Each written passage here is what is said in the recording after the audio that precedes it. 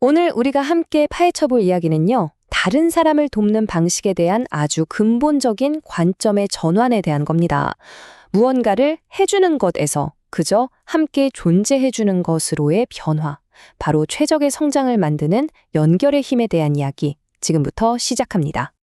자, 한번 솔직하게 생각해 볼까요? 친구나 동료가 나 너무 힘들어 라고 말할 때 우리의 첫 반응은 뭔가요? 보통은 이렇게 해봐 하고 해결책을 주거나 왜 그랬는데 하고 질문을 던지거나 아니면 뭔가 행동을 하라고 재촉하곤 하잖아요. 이게 우리의 아주 자연스러운 본능일 거예요. 그런데 말이죠. 바로 그 좋은 의도의 본능이 때로는 이런 얽히고 설킨 그물처럼 우리를 함정에 빠뜨리곤 합니다. 뭔가 멋진 해결책, 완벽한 질문을 찾아내려고 애쓰다 보면 정작 가장 중요한 본질, 바로 내 눈앞에 있는 사람, 그 자체를 놓치게 되는 거죠. 이 문제를 좀 더 깊이 한번 들여다볼게요. 이걸 바로 doing, 즉 행위 중심 접근법의 함정이라고 부릅니다. 아니, 좋은 뜻으로 최선을 다해서 도우려고 한 건데 왜 때로는 상대방에게 전혀 도움이 되지 못하고 오히려 관계만 어색하게 만드는 걸까요? 여기서 우리는 아주 근본적인 선택의 갈림길에 서게 됩니다. 계속해서 무언가를 해주는 것, 즉 doing에 집중할 것인가? 아니면 온전히 함께 존재해주는 것, 즉 being을 연습할 것인가? 이 둘은요, 그냥 방법의 차이가 아니라 완전히 다른 패러다임입니다. 자, 이 표를 보시면 그 차이가 확 느껴지실 거예요. 먼저 왼쪽 doing 패러다임부터 한번 볼까요? 초점이 문제 해결에 맞춰져 있죠. 그러다 보니 코치는 내가 이걸 해결해야 해 라는 불안과 긴장 상태에 놓이게 됩니다. 그럼 상대방은 어떨까요? 마치 분삭당하고 평가받는 듯한 불편한 경험을 하게 되죠. 그런데 오른쪽 being을 보세요. 초점이 완전히 다릅니다. 파트너와의 연결 그 자체에 있죠. 코치는 평온하고 단단한 존재감을 유지하고 파트너는 이 사람 앞에서는 무슨 말을 해도 안전하겠다 라는 절대적인 안전감을 느끼게 돼요. 결과적으로 어때요? 단기적인 행동 수정이 아니라 근본적인 자기 발견으로 이어지는 겁니다. 그렇다면 해답은 이제 꽤 명확해졌죠? 바로 being, 즉 존재로 함께하기로의 전환입니다. 이것이야말로 상대방의 진짜 잠재력을 활짝 열어주는 마스터키라고 할 수 있습니다. 여기서 오해하면 안 되는 게 존재로 함께한다라는 게 그냥 가만히 수동적으로 있다는 뜻이 절대 아닙니다. 이 맑게 울려 퍼지는 원처럼요. 내가 나를 비워냄으로써 상대방이 자기 내면의 목소리를 가장 또렷하게 들을 수 있는 그런 안전하고 고요한 공간, 즉 최적의 심리적 배경이 되어주는 아주 적극적인 행위인 거죠. 자, 그럼 이 존재하기라는 게 그냥 도움말이 아니라 실제로 어떻게 성과로 이어지는지 그 원리를 한번 파헤쳐 보겠습니다. 거의 과학 공식 같은 게 있거든요. 바로 이 공식입니다. P는 P-I, 성과, 퍼포먼스는 잠재력, 포텐셜에서 간섭, 인터피어런스를 뺀 값이라는 의미인데요. 여기서 진짜 중요한 건 뭐냐면요. 더하기가 아니라 빼기라는 점이에요. 최고의 성과를 내는 방법은 무언가를 더 가르치고 알려주는 게 아니라 코치의 내면에 있는 판단, 조급함, 내가 해결해줘야지 하는 욕구 같은 간섭 요소를 없애는 겁니다. 코치의 내면이 완벽하게 깨끗한 빈 공간이 될 때 파트너의 잠재력이 그 공간을 온전히 채우게 되는 거죠. 와, 그럼 이런 간섭 없는 존재의 상태, 도대체 어떻게 만들 수 있을까요? 저 사람은 원래 성격이 그래서 그래 이런 게 아니라는 거죠. 다행히도 이건 명확한 프로세스를 통해서 개발하고 훈련할 수 있는 기술입니다. 그 방법이 바로 이 3단계 최적화 사이클 안에 다 들어 있습니다. 자기인식의 정렬인 코어 빌딩, 감각적인 몰입인 이모션 튜닝, 그리고 유연한 현존인 퍼포먼스 밸런싱, 이 세 가지를 계속해서 미세 조정해 나가는 과정이라고 보시면 됩니다. 첫 번째 단계는 코어 빌딩입니다. 말 그대로 나의 중심을 단단히 세우는 건데요. 핵심은 비워내는 거예요.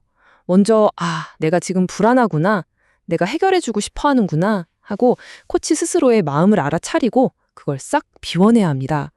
그리고 상대방의 상황을 내 기준으로 판단하지 않는 절대적인 0점, 제로 포인트 상태를 유지하는 거죠. 두 번째 단계는 이모션 튜닝입니다. 이 그래프를 보시면 바로 이해가 되실 거예요. 위쪽에 불안정하게 흔들리는 게 파트너의 감정 주파수라고 해볼게요. 이때 안정적인 아래쪽, 코치의 주파수로 이걸 억지로 찍어 누르는 게 아닙니다. 오히려 코치가 파트너의 호흡이나 눈빛 같은 비언어적인 신호에 주파수를 살짝 맞춰주는 거죠. 그 감정을 온전히 수용하고 함께 느껴주는 거예요. 바로 이 동기화를 통해서 파트너의 불안이 확신으로 바뀌게 됩니다. 자, 마지막 3단계는 퍼포먼스 밸런싱입니다. 이건 뭐랄까요? 준비된 대본을 버리는 용기라고 할 수 있어요. 미리 준비한 질문이나 정해진 프로세스라는 단단한 큐브 안에 갇히는 게 아니라 그 틀을 깨고 나와서 지금 여기에서 일어나는 상대방의 미세한 변화, 에너지의 흐름에 직관적으로 반응하면서 유연하게 대화를 이끌어가는 거죠.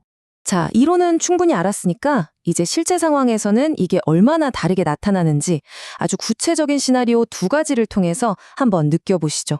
첫 번째 상황입니다. 1인 사업가 한 분이 매출 정체로 극도의 불안감을 느끼면서 이렇게 물어요. 저 지금 당장 뭘 해야 할까요? 이럴 때 두잉 접근은 어떨까요? 아마 마케팅 채널을 분석하자거나 시간 관리 기법 같은 방법론을 꺼내들겠죠. 하지만 비잉 접근은 완전히 다릅니다. 그저 침묵하고 수용하고 존재로 함께 있어줍니다. 그리고 이렇게 말하는 겁니다. 지금 대표님의 목소리에서 성공에 대한 간절함과 동시에 자신의 몰아세우는 긴장감이 느껴집니다.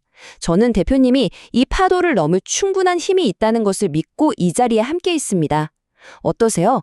해결책이 아니라 그 사람의 존재 자체에 대한 믿음을 주죠. 바로 이 순간 파트너는 방법이 아닌 자기 자신의 본질을 들여다볼 여유와 힘을 얻게 되는 겁니다. 이번엔 코치 본인이 길을 잃었을 때 상황입니다. 가끔 이럴 때 있잖아요.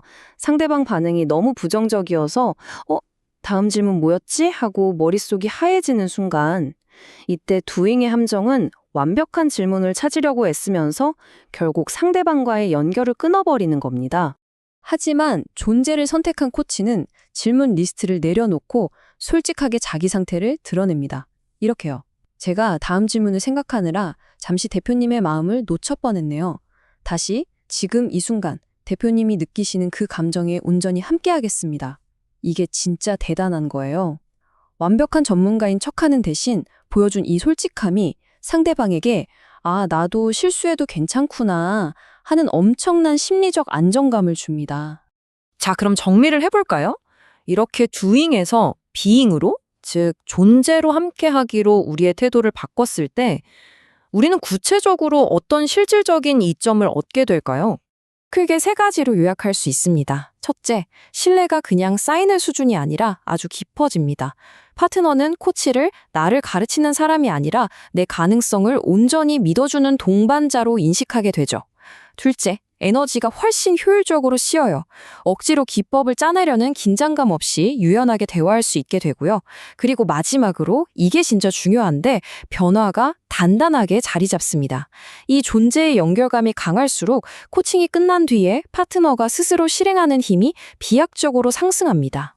결국 핵심은 이겁니다. 눈앞의 장애물을 보는 대신 사람 그 자체를 길로 보는 것. 코치가 정해진 길을 알려주는 게 아니라 파트너의 존재 자체를 온전히 신뢰하면서 함께 걸을 때 파트너는 스스로 길을 찾아 완주할 힘을 얻게 됩니다. 우리가 해야 할 일은 길을 보여주는 것이 아니라 상대방 스스로가 길이 되도록 돕는 것이죠. 여러분의 연결은 지금 어떤 모습인가요?